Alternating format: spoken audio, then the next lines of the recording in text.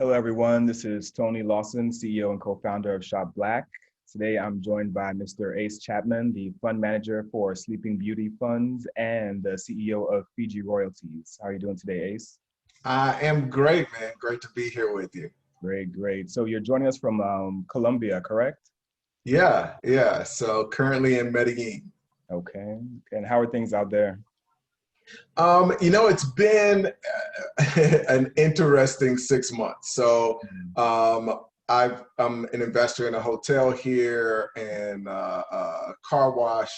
And so, I was traveling quite a bit and was trying to figure out, all right, where do I want to hunker down for what I thought was going to be a month until COVID was over. And so, this is back in February when, it's like, okay, this thing is going to be, 6 months later and we're still Yeah. trying to fight it. So I was debating, at that point, I was in Buenos Aires and I was debating, do I get back to the US or do I go to Colombia? I know a lot of people here. I was looking at a project in Argentina and just didn't have as many contacts and stuff. So got back to Bogota and decided to wait it out. Well, I had no idea that it was going to turn from a month to 2 months, and it's been really interesting that of course, my family, friends back in the U.S. like, you got to get back to the U.S. It's going to be dangerous there, or who knows what's going to happen. And so it has been really interesting to see the how crazy it's gone in the U.S. compared to the response in Colombia, which has been really measured. They've just done a really great job of containing the numbers. And it's funny, just the difference in perspective of, they'll have a few thousand cases and they're just like freaking out, like, oh my God, like this is so terrible. And I talk to my friends, they're like, how in the world is the US okay with having hundreds of thousands of cases? And so it is. It's been an interesting look into just seeing a lot of different countries and responses, and also planning for the future, because I don't think this is the last of these that we're going to see. Wow, that's amazing. That's very interesting. So to kind of like, I guess, back up and start from the beginning, the way I came across your information. So about a year ago, I finally got around to reading the Reginald Lewis book, Why Should White Guys Have All the Fun? And there's a part in the book where and for those who don't know, he's like the first African-American to build $1 billion business empire. So in the book, there's a part where he's speaking with someone and he remarks like, I don't know why more African-Americans don't have an interest in buying businesses. So that kind of stood out to me, and that kind of took me down the rabbit hole of researching buying business versus starting a business and the benefits of buying businesses and what types of businesses are the best to buy. And then of course you have like tons of content on that, subject matter, and you've been doing this for 20 years now. So I wanted to, chat with you about, buying and selling businesses, and, how did you get started? Yeah, so it's so interesting. My journey was backwards. I was always interested in the stock market. And, my dad was a minister, and in the church there was a little library, and the library had encyclopedias. Of course, none of the books were about business. And so I would go through and look at the business sections and just read the same sections over and over. So I'd read about the stock market. I was trying to figure out, like, what is this thing? How does this thing work? So was always interested in that, and then got older and basically had the opportunity to join this little stock market simulator that a guy had built and started when I was in college.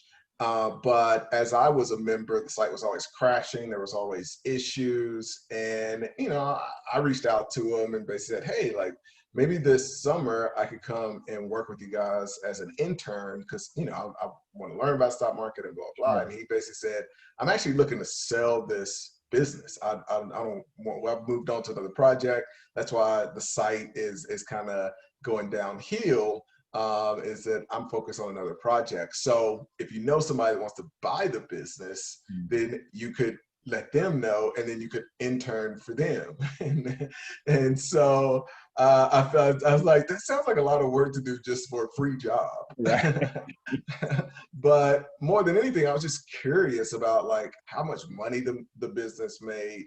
Right. What was the membership like, and just those kind of things. And so I told him, like, great, like I'll try to, I'm a 19-year-old college kid. Like, how am I going to find a buyer for your business? But, he was open to it. It's like, yeah, I'll see if I can find a buyer. Like, send me over the information. And he sent the profit and loss and everything. And I asked him how much he wanted for it. He was making $60,000 and he wanted $70,000. And I felt like that sounds like a good deal. And, this has come from somebody. I was in school studying political science. So I wasn't even necessarily studying business, but without any grounds for comparison or valuation or anything, I looked at the fact that the Colgate cost at that point $120,000 for the 4 years. And I have friends that were getting out with a job making $40,000, and this here I could buy a business for $70,000 and make $60,000. Right. And so that was basically my comparable. And so I'm like, man, like I got to figure out how to buy this business. And the only downside was my savings consisted of about $3,000 I'd saved working the summer before. So that's a big distance between 3,000 and the 70. Right. But I just couldn't let it go. And a few weeks passed, and so I reached out. I got him to finance half of it. I got a buddy who did come for money, who was willing to put in $15,000. And then I took out credit cards for the rest. And that was my first acquisition. And so after that, I started to find out about the Lewises and also just that whole world, loved actually Michael Milken's story. And just that started to realize, like, okay, this is a thing. And for me, it was my first big paradigm shift when it comes to business. Number one, that the same way that we buy a car instead of trying to build it from scratch, the same way that we buy a house instead of trying to build it from scratch. And most people that small 1% that do build their own house from scratch say they'll never do it again because it's a nightmare. Instead of doing those things from scratch, we figure out where to get the financing and we buy one that's already there. And so it's the same thing for your income. Like whatever the income is that you want to make, you can buy that the same way that you buy a car or a house. So that was my first big paradigm shift. Okay. So do you buy businesses to hold, or you buy them to flip, or is it a mixture of both? It is a mixture of both. Before I was buying businesses with the intention of flipping, because that allows you to just get your cash, and in this space you're buying at such a low multiple that you're building equity really quickly. So when you compare it to flipping a piece of real estate, you've got to make some change or improve the property or make just a small amount in a quick flip. You can't, if you're holding and renting the property, it's going to take years to build equity before you're selling. And that's because you're buying that property and you're buying it with the mortgage that's going to take 10 years, 15 years, maybe even 30 years to pay off. With businesses, typically you're buying at what's called a 2 to 3 multiple. So that means after 2 years, if you buy it at a 2 multiple, you've completely paid that business off without any change, without growing the business, without making any improvements. Now, obviously, you make some improvements and double the business, it's gonna pay itself off in a year. So what that allowed me to do is buy a business, maintain it, pay it off very quickly, and then sell that business. But that took me a while to get to. it was only after failing in that first business that I realized, okay, like I need to sell these things. And, you know, it was with that business, Cool Wall Street, I, was running the business. This is 1999, making great money, got an amazing return on the 70,000. But then 3 years later, 2001, the dot-com crash happened, the bubble burst. Yeah. And all of our clients went out of business. So we had to, the business was basically gone. And I had dropped out of school, top 20 university with a full ride. I dropped out to run this business. So I'm legit just depressed. I'm like, oh my goodness, this was a terrible decision. What was I thinking? And so it took me a while to come around to that. And I took a job, for 6 months of my life. I worked in corporate America. SunTrust Bank was impressed with what I'd done with the business. Like, hey, like, we'll give you a great job here. And it was a really great job.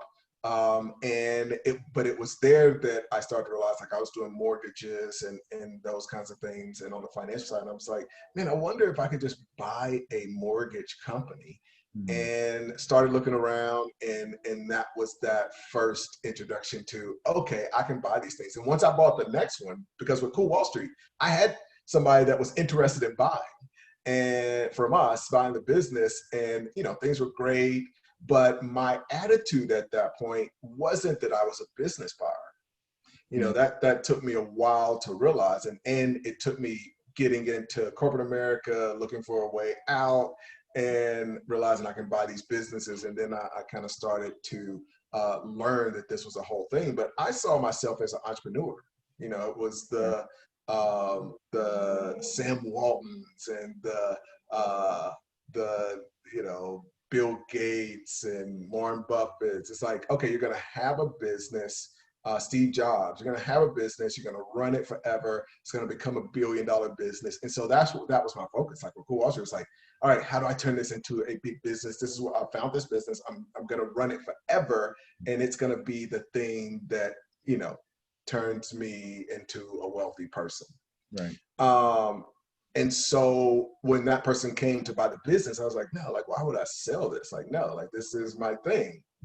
So obviously, after going through that experience, in the future, when somebody came to me and wanted to buy a business, I'm like, hey, let's talk. I will not turn you away.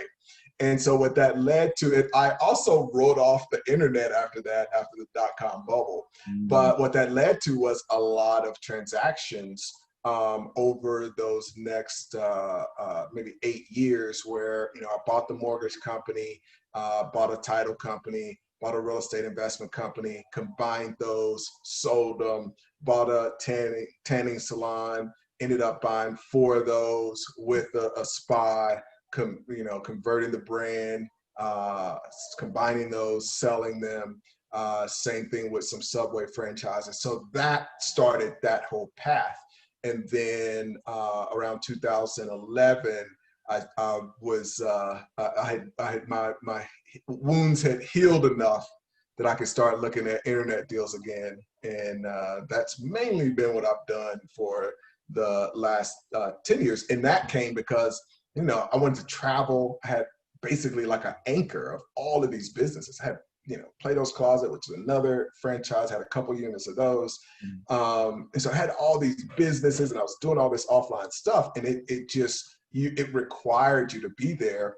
And I remember being on a vacation with my girlfriend at the time, and we're hanging out, and I'm like, hey, you can go out for the day. I'm gonna get some work done, and you come back by lunch. We'll go out and we'll kind of hang out or whatever.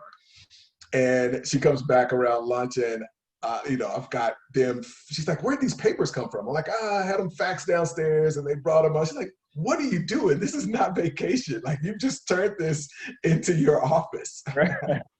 So, that was when I realized, like, man, I don't want this lifestyle. I gotta change things. Right. So that's, is that kind of where you started focusing more on the internet businesses and automating the businesses that you do purchase? Yeah. Yeah, so that was the impetus for, okay, let's go out, let's find deals that meet a lifestyle Right. requirement, and then we can see if it meets the financial and the due diligence and the deal structuring requirements. Yeah. Internet sites or digital assets, online businesses are very interesting to me. I just like the thought of not having to deal with tenants and plumbing and whatever comes with owning real estate, but you just have this website and there's cash flow. So basically you're buying cash flow and all you're doing is marketing this thing and paying for, I guess, the upkeep the site. Would you say that's generally, I know it would differ across different types of sites, but could you speak on the advantages of having an online business or purchasing an online business versus whether it's an offline business or a piece of real estate? Yeah, there are a couple of really big opportunities. When it comes to the buying an internet business, the first thing is just scale. Mm, Because when you've got a Subway franchise or a spa, like there's only so much space, and literally the law says you can only have this number of people in this place at any given time. So right off the back, you know that you're limited. And it's really the beautiful thing and the awesome thing about the internet, which is it's unlimited. If you can go out and get 10,000 customers, you can have 10,000 customers. right. No matter how much you market an offline business, there's going to be that cap.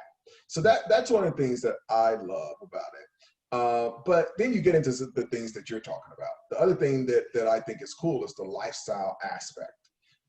It's really difficult, and even when it comes to automating, I've done some things and I'm a part of a couple. There are some businesses that are, you know, offline businesses that work really, really well to manage as an internet business. I'm, one of those, I'll give you one secret, is the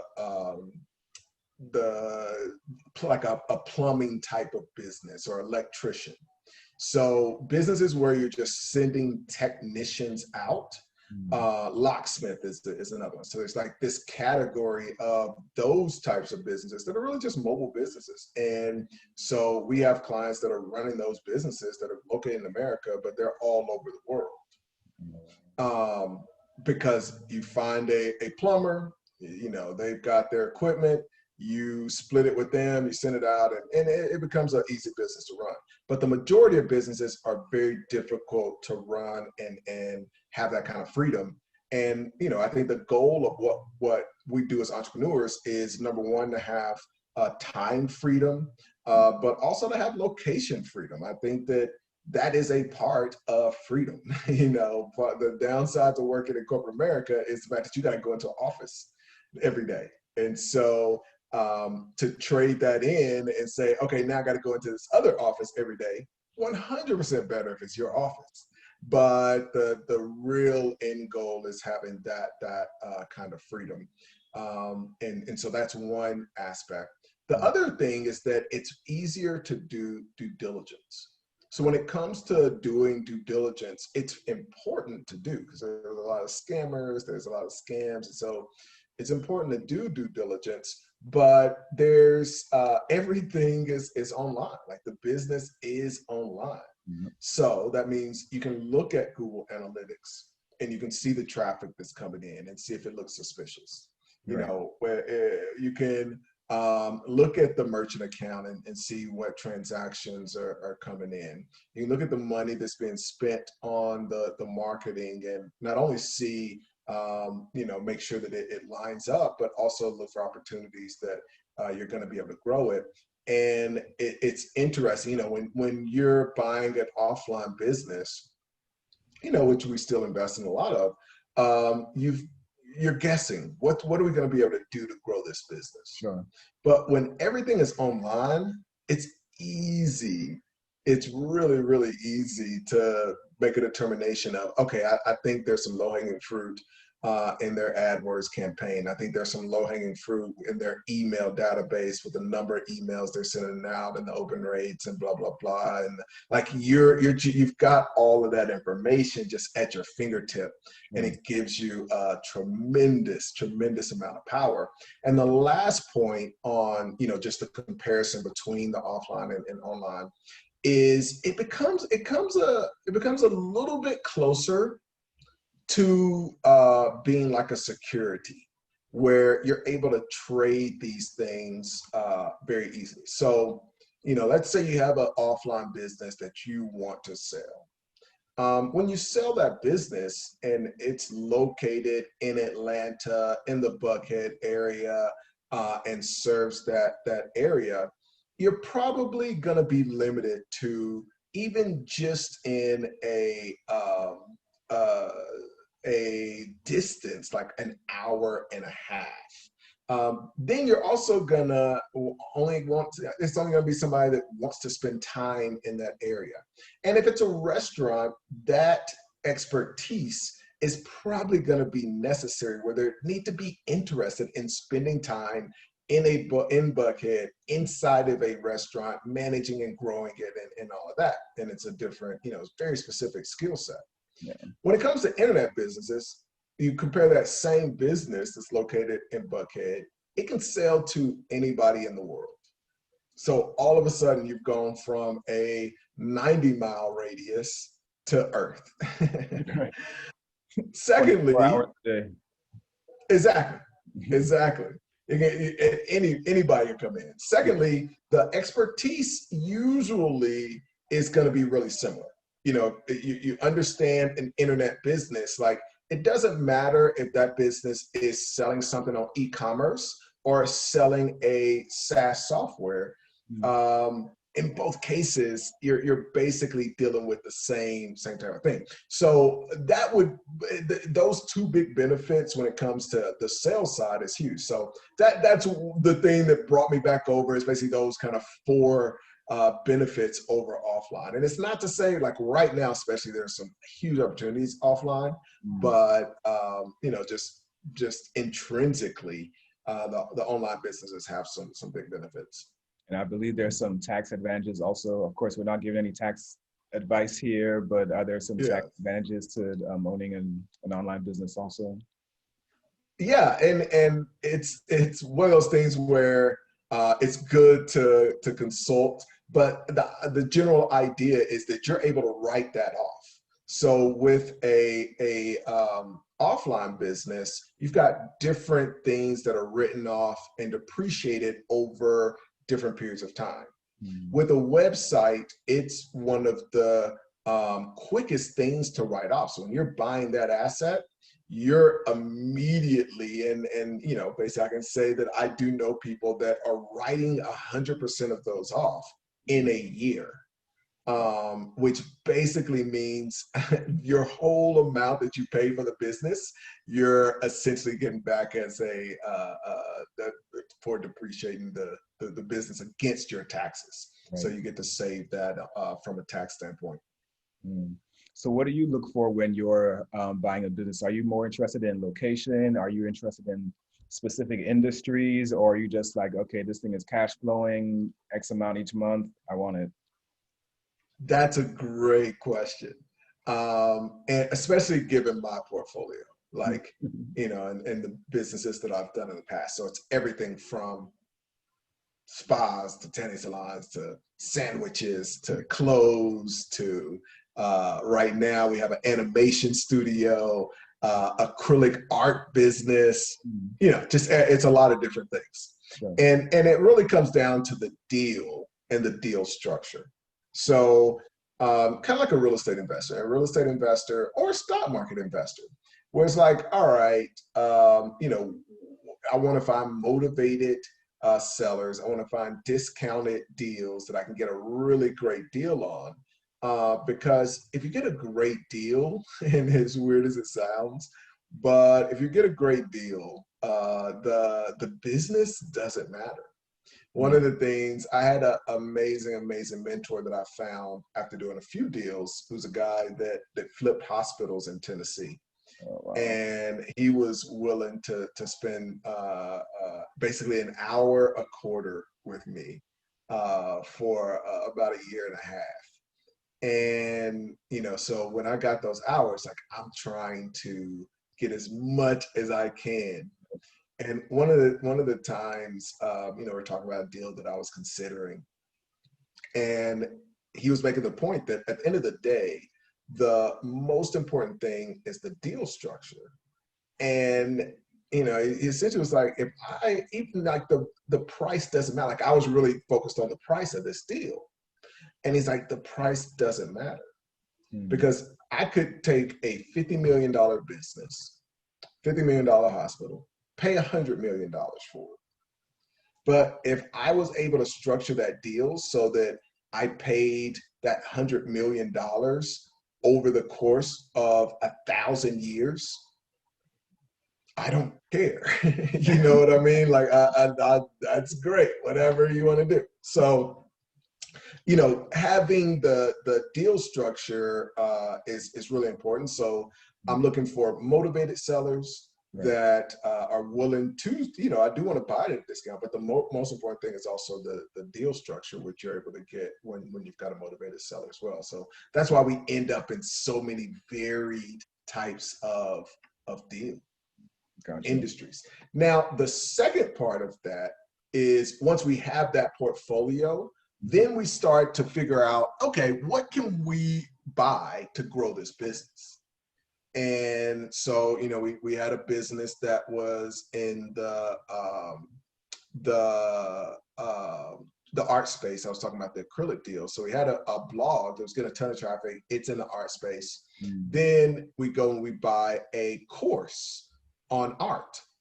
And so now we've got these two businesses that can complement each other. You know, I talked about the animation business. We had a business that was in whiteboard animation. And then we went and bought to increase the capability, because this business has gotten just major clients, IBM, just, you know, Fortune 500 companies. And so we knew, all right, if we can add more capabilities, that gives us more offerings. So let's find, we basically bought a 3D animation business. And in each of these acquisitions, you're not just going out and buying a deal to complement it, and where you need to make money off of that business through the first business. One that we did a while back actually was in the hotel space. So we had a business that was basically online booking for hotels in Asia. And we ended up finding an airline deal. So a business where, you know, now they're able to cross promote. So, but each business independently is making money. So each one is its own great business. It's already got to be a really great deal. And then we combine those two businesses. So in the travel kind of deals, the hotel business had 1 million emails.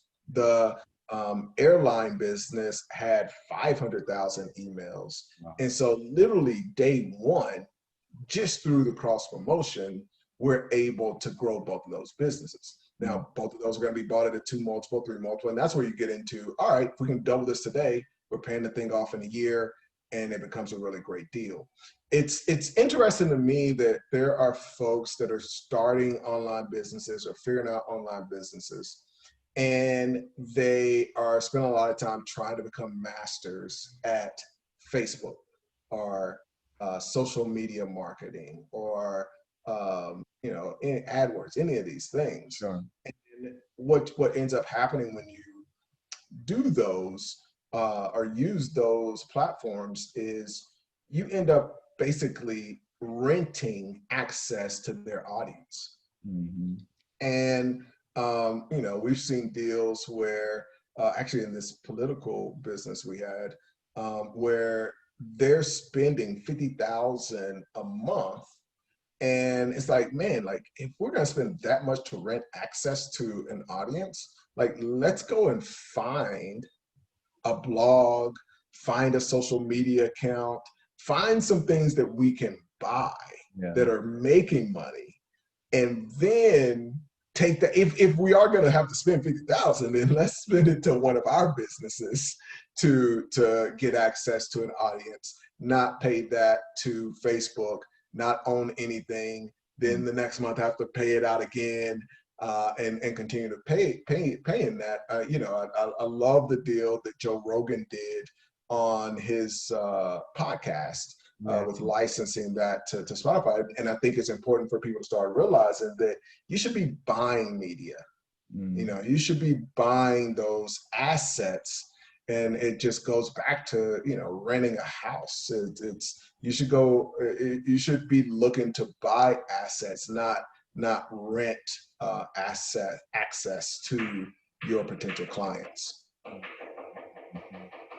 So speaking about finance, like what would you say are how to get started with buying a business? Obviously, is it similar to buying a house where you qualify for financing and then you get a loan and then now you can buy this business? Or what are the different ways where someone can get started from like the seller? And my apologies, there's somebody moving in next door and they just decided to start hammering something.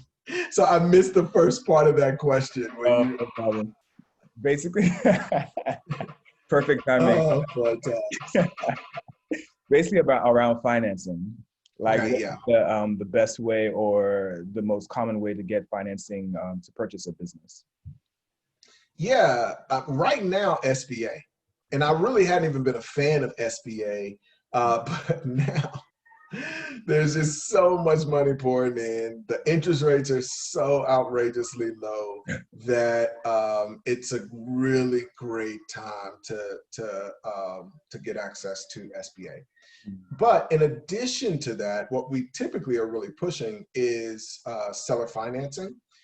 So it's just that SBA is such a great deal right now that it's worth doing. But you still want to tie in some seller financing, because seller financing isn't just about the financing. Seller financing, when it comes to this space, and the reason that it's, like on 80% of the transactions, unlike any other asset, 80% of the business transactions have some form of seller financing. The reason is that you need that seller to be bought into the business, basically until you're very comfortable running it. And the only way to make sure they're really bought in is to tie some of their money to your success. Yes. One of the things I always say is, if a seller isn't interested in giving me seller financing, I feel like they don't have faith that I'm the right person to run the business. And if they don't feel like I'm the right person to run the business, and they know it way better than I do, I should probably listen to them. So, not only do you need their buy-in, you need them to train you, to be there. I've had one horror story with a seller where there wasn't buy-in, and so I learned that lesson early on. But the idea is you're a team at the beginning, because that person has all the information a lot of times in their head, and you need them to help you in, growing and running the business. So you just mentioned an example of a deal that didn't go well. What is one of your favorite deals that you've done? So I'll tell the story of the one that didn't go well, because that's a good lesson, and then I'll talk about a great one. So I mentioned that I was buying some tanning salons. That was interesting, because literally the first time I ever walked into a tanning salon, I bought it. I had just gone just to check it out and see. I encourage people, just like, look at every deal, every one of these businesses that's making money. If you're an entrepreneur and you're not making money right now, even if you are making money, every business that's up for sale is an opportunity to learn from somebody who's built a business from scratch and it's making money, has value that they're able to sell. So I was more just walking in just to check it out. Last thing I was thinking about as a Black guy is, I'm going to buy this tanning salon. Right. Ended up, she was really motivated. She had to move to Europe. And so, you know, and this actually is this first deal is a great example of a really great deal. And, you know, I'm talking about the business. I asked her, what's your, you know, your situation as far as your customer database? And she's like, well, we've got a database of our customers. Current customers are about a couple thousand. Then we've got a database of just the leads and stuff, and that's about 12,000. So it's a total of 14,000. And it's in a small town of Chattanooga, like, and it's a, you know, it's a physical business. We're not talking about, you know, internet business. Like 14,000 for a random tennis salon is crazy. Yeah. But they've been around for 25 years, and you know, she's done a great job of collecting that information. So I asked her, how often does she send, you know, emails to list and she's like, I don't really like to send emails. I was like, well, not so much emails, just like, how often do you contact them? And she said, well, I don't want to bother people. So I don't want them to feel like I'm bothering them. And so I don't do that. And I was like, so when was the last time? And she was like, no, like never, like I've never done that. And I was like, no way, this is crazy. So that was enough for me to sit down at her computer, type out an agreement, and we made the deal right then. Wow. And we were able to, she was also against selling. So, you know, typically the tennis salons, other tennis salons would sell lotion and encourage the clients to get lotions. Yeah. And so, you know, I'd done enough research to know like the lotion sales should be this percentage. I'm like, man, the lotions, like, y'all don't really selling lotions. And it's like, yeah, like, you know, when the people come in, we want to give them really great service. And so if they ask us about a lotion, we'll tell them, but we don't want to bother them with it. I'm like, no, we're going to change this. So tripled that business with just those two things, no additional money, just asking. Like the first thing was just not even pushing, just literally, hey, you know, we got this lotion in, it does this and this and this, and do you want it? Yeah. Just that.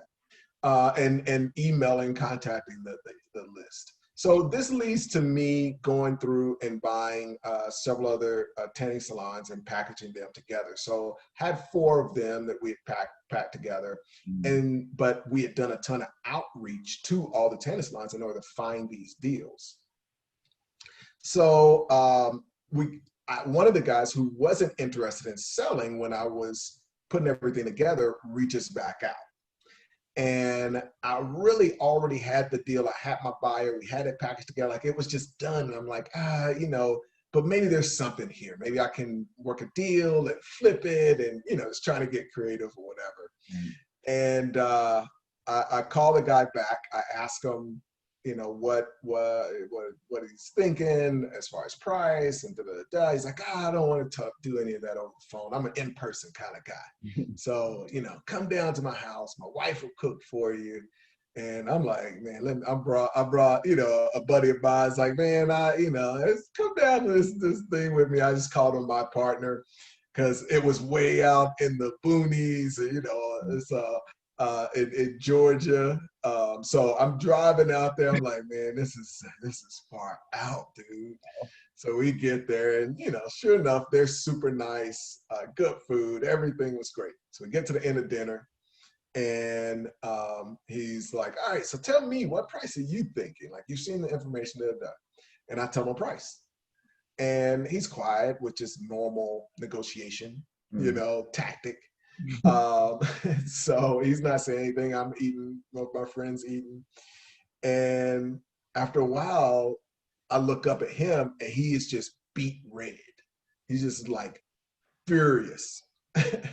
Starts cursing me out, telling me to get out of his house, with coming to his house, insulting him with this outrageous offer. How could you even walk in here? I'm like, dude, you asked me to come to your house. Like, I didn't want to come to your house. I don't want to be here. I don't, you know what I mean? Like 12 Confederate flags on the way to your house, man. I'm trying to get out of here. So I'm like, all right, sorry, no worries, no problem. Good to meet you. you know, polite, let me get out. I'm definitely not cursing back. You know, he called up some buddies.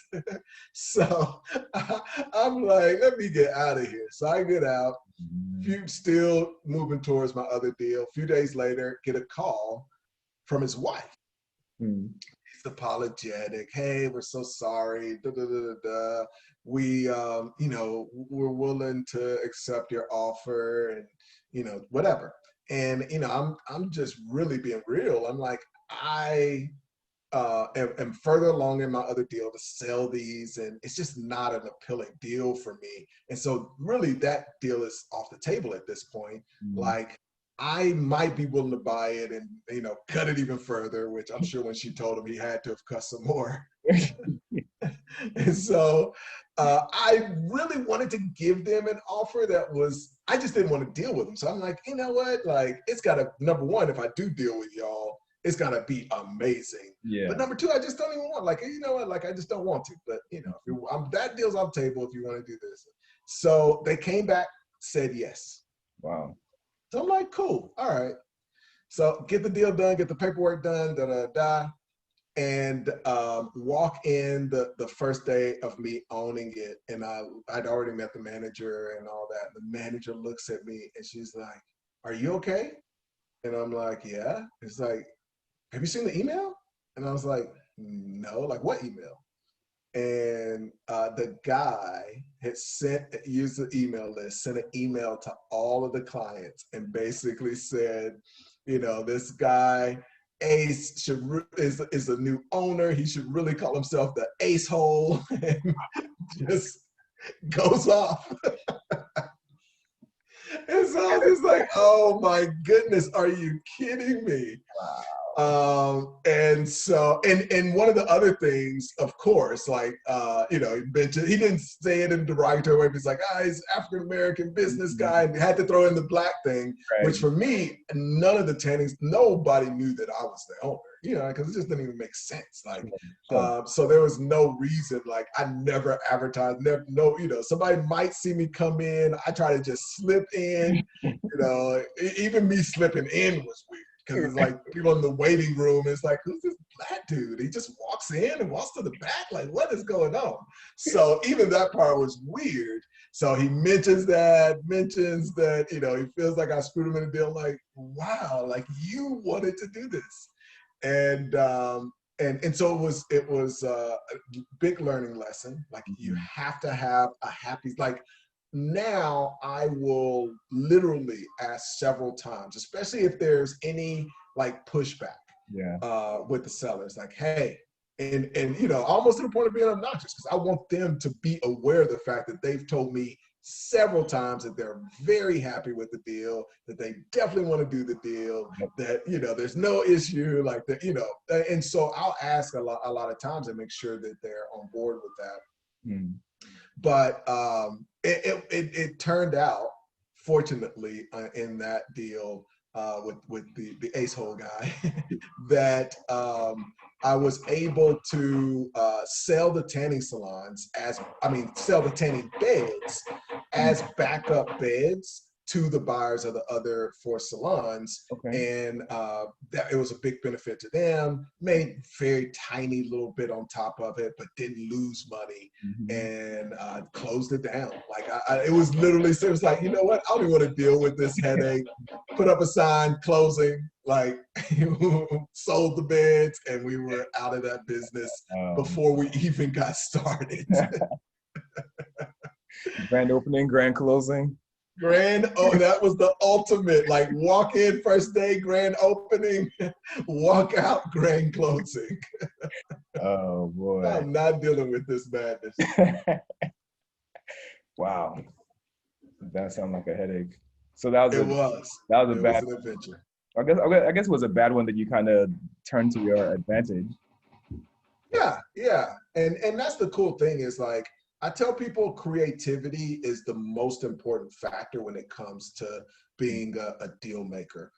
Because the more creative you are, this isn't like a stock where it's like, it's gonna go up or it's gonna go down. You know, in this, there are a million different pull kind of things that you can pull off or pull together, partnerships, joint ventures, different aspects of the business, bringing in a consultant. Just there's an endless number of things that you can do to grow these. And that, a lot of what we're doing now is more on the financial engineering side, where we're doing a lot of mergers. So each one of those strategic acquisitions that we did, we basically put together as mergers, which allows for some creativity as well. So I know one strategy is like you just mentioned, buy several businesses that complement each other. They're all profitable, they're all cash flowing. And correct me if I'm wrong, but is this called a roll up, where you bring them together and then you like sell them as a package to like whether it's a private equity firm? Yeah, so it's two separate things. One is roll-ups. So that's what I did with that's what I did in each of those cases. So like the tanning salon was a roll-up. They were all the same type of business. We did that with Subways, did that with Plato's Closets. And so each of those is a roll up. You're just buying the business. When we're doing these other deals, it's not so much roll up, because it's more of a strategic acquisition. And so it's more about marketing. And it's, hey, let's take our marketing budget and find assets that we can buy that have our clients, and use the marketing budget as the down payment, and start to get to the point where every few months we're buying something that has that. And so the businesses aren't in the same business. And so, it could be considered a roll up because you're rolling up other companies, but most people consider a roll up, hey, all of these businesses are the same, and it's a different type of synergy. Sure. So when you're doing a proper roll up, you're getting the benefits of scale. So, even with the tanning salon, the manager that I had with the first one was amazing. Just operations, cleanliness, customer service, was passionate about tanning, which is a random thing to be passionate about, but love her. And she was passionate about skin and just all of that. Sure. And so, would educate people. She was just amazing. Mm-hmm. The second one that I bought was great at marketing. And they were killing us. They were doing a really great job. But you walk, like my manager was about to flip out. Like she just walked in. She's like, oh, there's dust over there, and there's this, and like she didn't even greet us. Like, this is such a terrible salon. Why do you want to buy this thing? And I just told her, oh, like we're gonna fix it. But no, like they were amazing at the marketing. And so they had the opposite type of manager that was like hardcore sales, like, and so you're finding those similar businesses that are the same business. And the bigger you grow, you can kind of, I made my operations manager kind of the main manager. Now she's getting a raise. She's happy. I'm leveraging her across for the manager, and the second one becomes the CMO. I'm leveraging her across all of them. And you're able to pull those pieces together and grow a big business running the same business.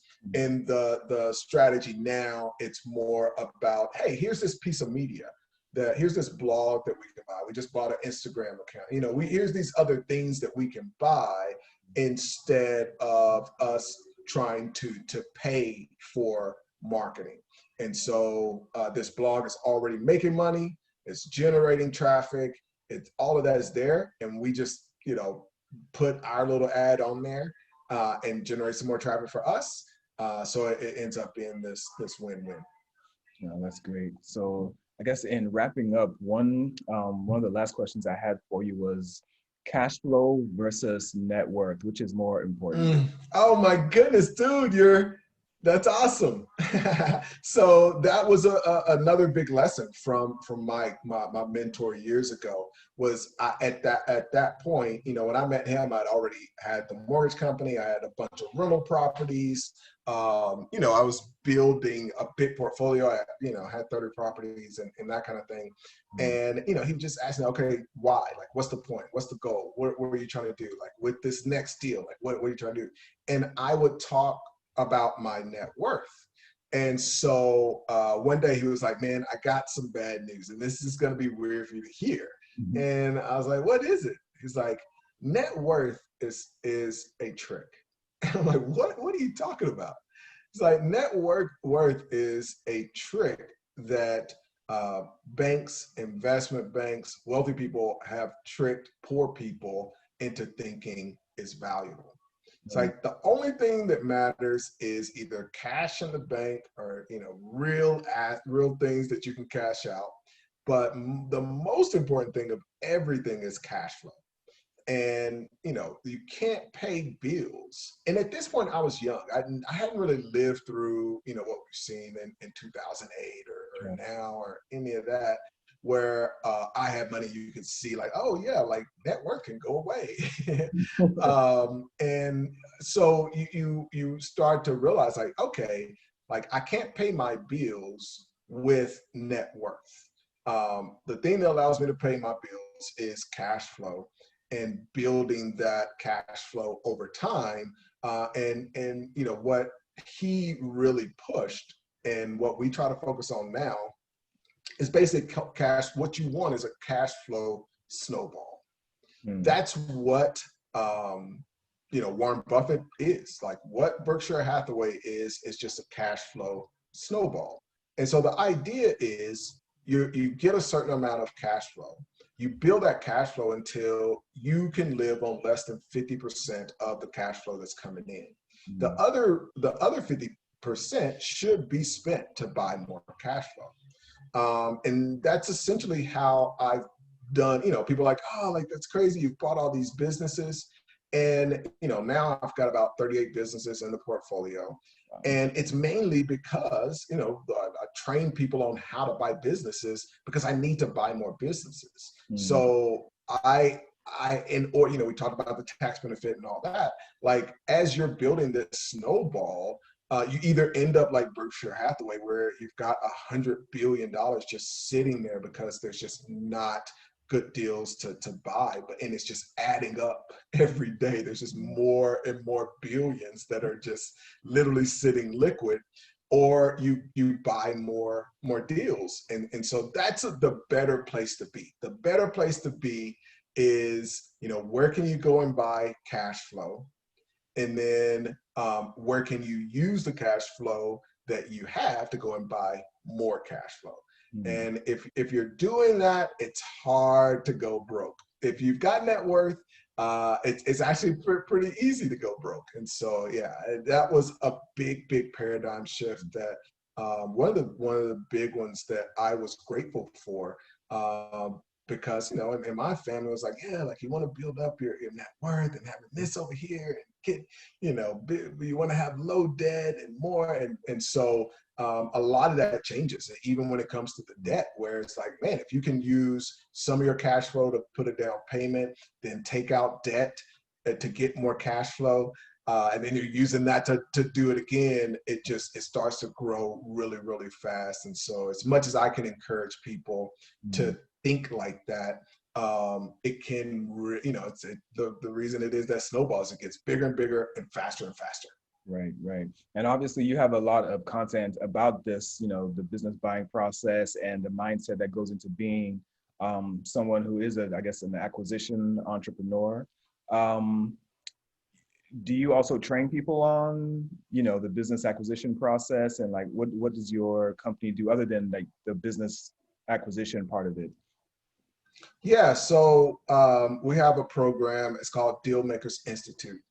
And a few years ago, we used to have a program called Business Acquisitions Program.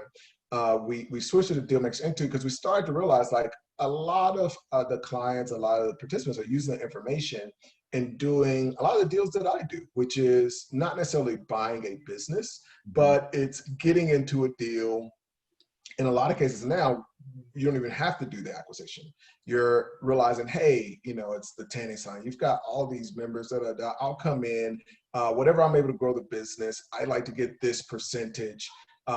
And you end up doing these kind of consulting for equity, and acting essentially as a consultant. In other cases, you're acting as a investment bank.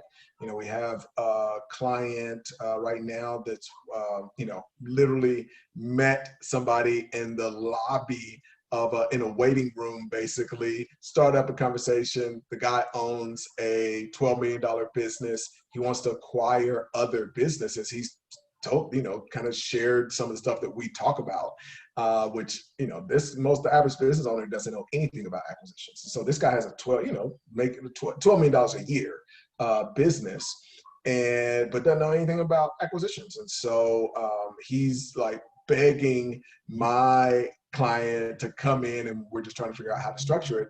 But he has the list. He knows the business he wants to buy, and so that is some of the other things that we do, where we just go and we leverage this deal maker, and basically he's going to get equity in a $12 million business just to leverage his knowledge. Wow, oh, that's amazing. And in the businesses that they acquire. Sure. No, Ace, it's been a pleasure speaking with you. I could definitely talk about this for more hours, but I want to be respectful of your time. So yeah, man, thank you for having me on. Hopefully this stuff is valuable. I'll be poking in and checking out the comments, and we'll answer any questions. So be sure, if you have questions, to post those. Yeah, and what's the best way to reach you also, for anyone that wants to reach out and learn more about your program? Yeah, acechapman.com and dealmakersinstitute.com. All right. Thanks so much for your time, Ace. You have a great rest of the day. Thank you, man. I appreciate it. Thanks for having me. Take care.